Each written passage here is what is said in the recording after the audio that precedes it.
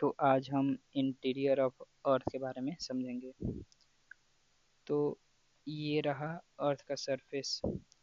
और जैसे जैसे हम अर्थ के इंटीरियर की तरफ बढ़ते हैं तो अलग अलग रीजन की प्रॉपर्टीज, उनमें कौन से मटेरियल्स हैं और उनका टेम्परेचर, डेंसिटी, इन सब का अलग अलग कॉम्बिनेशन होता है, जिसके आधार पर अर्थ के इंटीरियर को अलग अलग कैटेगरी में हम क्लासिफाई करते हैं। जिसमें हमें देखने को मिलता है कि एक कैटेगरी जैसे क्रस्ट, मेंटल, कोर हो गया, जिसमें हम इसको बांटते हैं। दूसरा जैसे लिथोस्फीयर, मिसोस्फीयर, बैरिस्फीयर भी बोलते हैं। और जैसे लिथोस्फीयर और एस्थेनोस्फीयर क्या होता है ये भी हम देखेंगे। तो अर्थ के इंटीरियर को क्रस्ट, मेंटल, कोर में भी हम क्लासिफाई करते हैं, लिथोस्फीयर, मिसोस्फीयर, बैरिस्फीयर में भी क्लासिफाई करते हैं।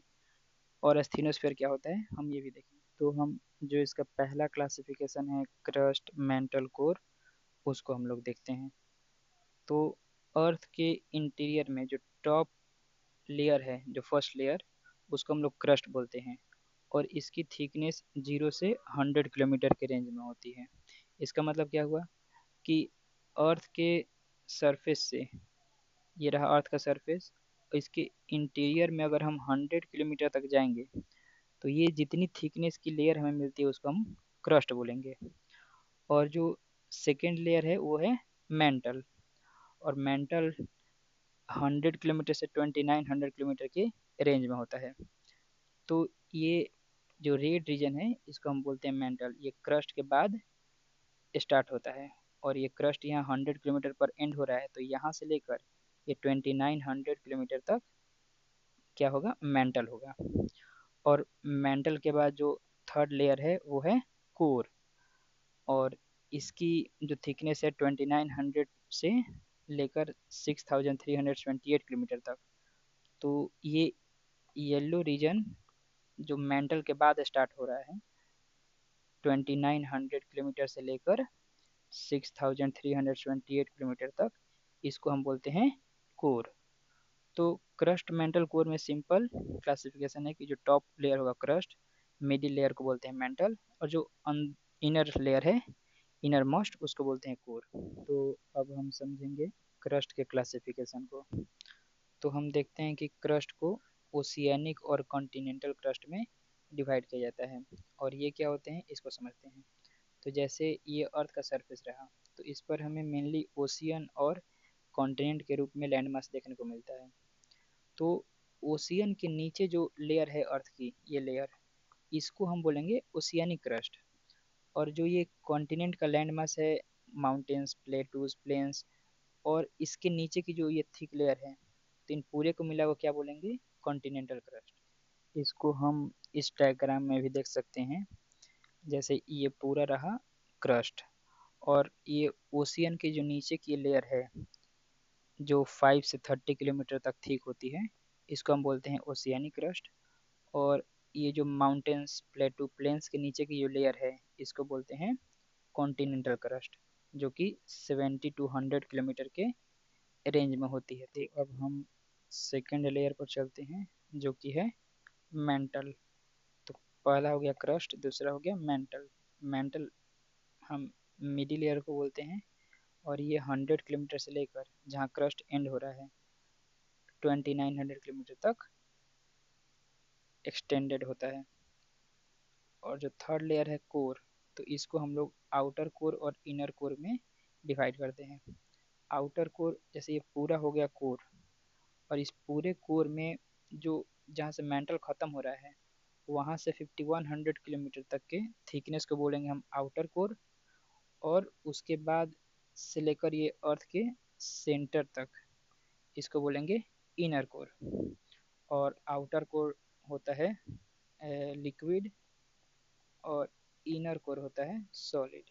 ये इनकी कैरेक्टरिस्टिक्स हैं।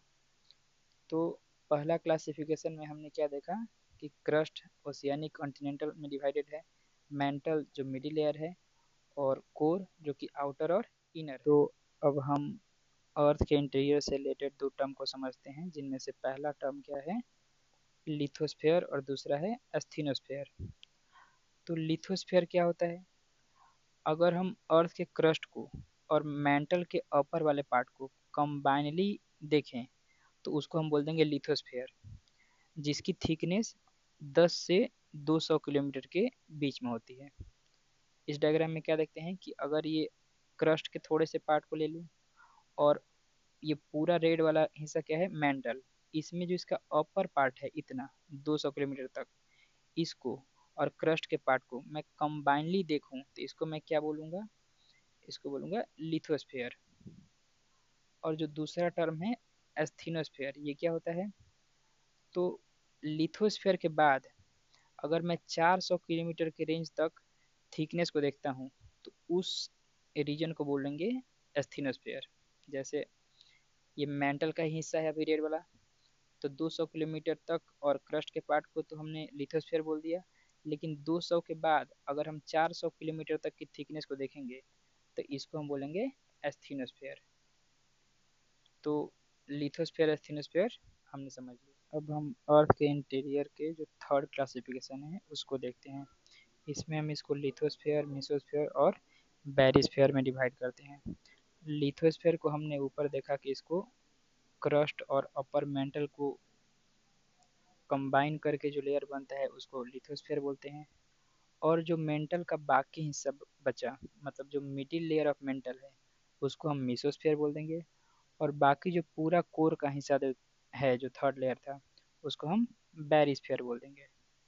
इस डायग्राम में हम देख सकते हैं कि ये जो क्रस्ट और मेंटल का कुछ हिस्सा मिलाकर जो लिथोस्फेयर बनता था वो ये है, क्रस्ट और अपर मेंटल। और बाकी जो मेंटल का हिस्सा बचा उसको हम बोल देंगे मेसोस्फेयर। और जो पूरा कोर है, इस पूरे कोर को क्या बोल देंगे, बैरिस्फेयर। तो ये थर्ड क्लासिफिकेशन हो गया अर्थ के इंटीरियर का। तो अब जो पहला क्लासिफिकेशन है अर्थ के इंटीरियर का, क्रस्ट, मेंटल कोर और बाकी जो लिथोस्फेयर, एस्थीनोस्फेयर की डिफिनीशंस, उसको भी हम समझ सकते हैं। तो ये जो टॉप मोस्ट लेयर है इसको हम क्या बोलेंगे, क्रस्ट, जो कि 0 से 100 किलोमीटर थिक है। इसमें ये जो ब्लू वाला पार्ट है इसको बोलेंगे ओशियानिक क्रस्ट। और ये जो माउंटेन वाला हिस्सा दिख रहा है लैंड वाला, उसको बोलेंगे कॉन्टिनेंटल क्रस्ट। और जो बीच का ये पूरा हिस्सा हो गया उसको बोल देंगे मेंटल। और जो इनर मोस्ट है उसको बोल देंगे कोर। और इस कोर में भी जो दो क्लासिफिकेशन देखा हमने, आउटर कोर, इनर कोर, वो भी है।